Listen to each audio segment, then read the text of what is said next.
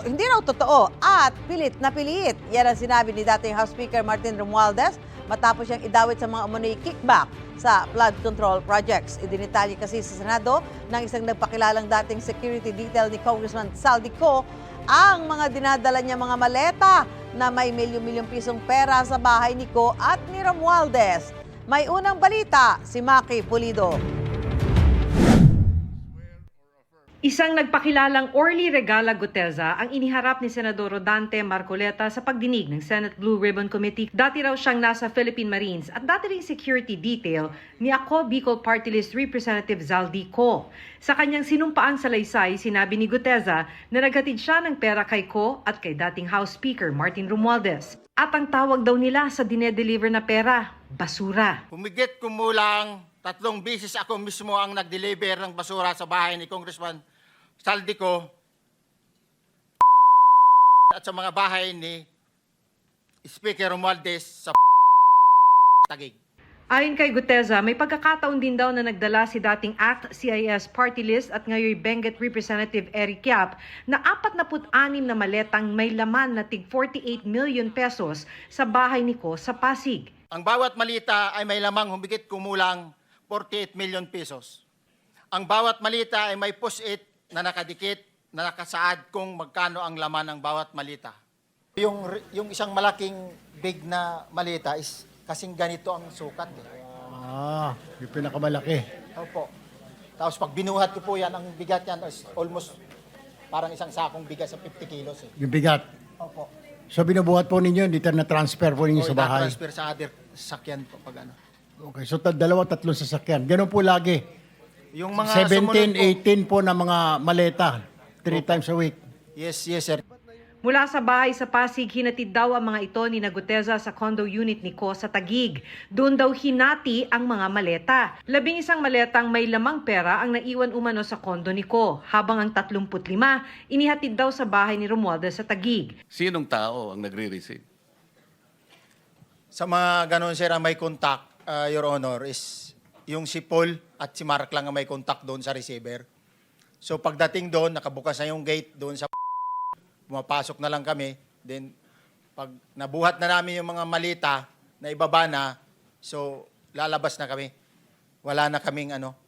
Basta may deliver lang namin yung mga basura doon sa bahay, wala na kaming ano noon, Your Honor. Sabi ni Guteza, 3 beses siyang naghatid ng pera sa bahay ni Romualdez. Pero kahit hindi raw siya basura duty, nalalaman niyang may hinahatid na pera kay Romualdez mula kay Ko dahil nababasa niya ang messages sa group chat ng mga security detail. Sa tansya ni Guteza, nasa 3 beses ito sa isang linggo. Pangkaraniwan dahil 3 times a week, mga ilan sa tingin mo yung karaniwang na i-deliver? Ilang maleta? Minsan mayroong 15 or kaya 18 ang malita. Pero yung malalaking malita yon na nagre-rate yung bawat malita minsan mayroong 48, may 50. Just affidavit this morning, no? Anong status niya, sir? Gagawin niyo, sir? Ayun, madali hong i-qualify yun as state witness. Pero may evaluation pa rin. Okay. Okay. Siyempre, hindi sila part ng crime. Eh. Pero pag part ng crime, protected witness pa rin kasi they're still testifying for the case of the government. So we have the duty to protect them if they ask for our protection. Sir, si Guteza, hindi ba accessory sa crime dahil nag-deliver siya nung... Well, ano yun eh? Ang nangyari kasi dyan, you can say that, no? Pwede sabihin accessory, pero very, very minimal ang role niya sa actual crime, di ba? Kung accessory, that's more or less a very light penalty compared to the principals. Sa isang pahayag, iginiit ni Romualdez na hindi siya kailanman nakatanggap o nakinabang sa kickback sa anumang infrastructure project. Gawa-gawa lang anya ang testimonya ni Guteza. Pilit na pilit daw ang pag-uugnay sa kanya sa mga sinasabing kickback. Imposible daw ang sinasabi ni Guteza dahil ang tinukoy nitong pinagdalhan umano ng delivery noong December 2024, halos 1 taon na noong bakante dahil nire-renovate. Malinaw anyang politikal at produkto ng coaching o pagtuturo ang mga anyay pahayag na perjurious o kasinungalingan. Hindi raw niya ito palalampasin. Itinanggi rin niya ang alegasyon kahit kailan daw hindi siya tumanggap o kaya ay nag-authorize ng paghatid ng pera kaugnay ng flood control projects. Haharapin daw niya ang nag-aakusa sa tamang forum kung saan marirespeto ang kanyang karapatan sa ilalim ng konstitusyon. Sinusubukan pa naming makuha ang panig ni Ko pero dati na niyang itinangging sangkot siya sa pangungumisyon sa flood control projects. Di pa rin malinaw kung nasaan na si Ko. Kinukumpirma pa raw ng Department of Justice kung totoong nasa Spain na siya. Yes, he's being tracked already. We're trying to track him and maraming tumutulong na tao.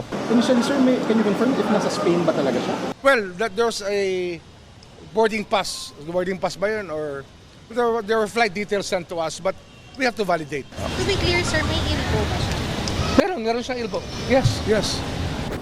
Dalawang driver din ng DPWH Bulacan ang humarap sa komite ng Senado at sinabing naghahatid din sila ng mga maleta para kay Ko sa utos daw ni Engineer Bryce Hernandez. Pero hindi nila alam kung ano ang laman ng mga maleta. Totoo po ba na kayo po ay nagde-deliver po ng pera doon po sa bahay ni or sa condo ni Congressman Saldico? Your Honor, bali ako po, isang beses lang po ako nakapag-deliver doon. Gaano karami po yon kung inyo po natatandaan, ilang maleta, ilang sako yung deliver po ninyong pera? Your Honor, sa pagkakatanda ko po, mga nasa 6 to 8 na maleta po.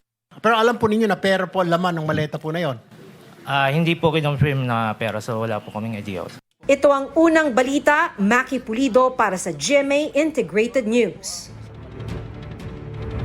Gusto mo bang mauna sa mga balita? Mag-subscribe na sa GMA Integrated News sa YouTube at tumutok sa unang balita.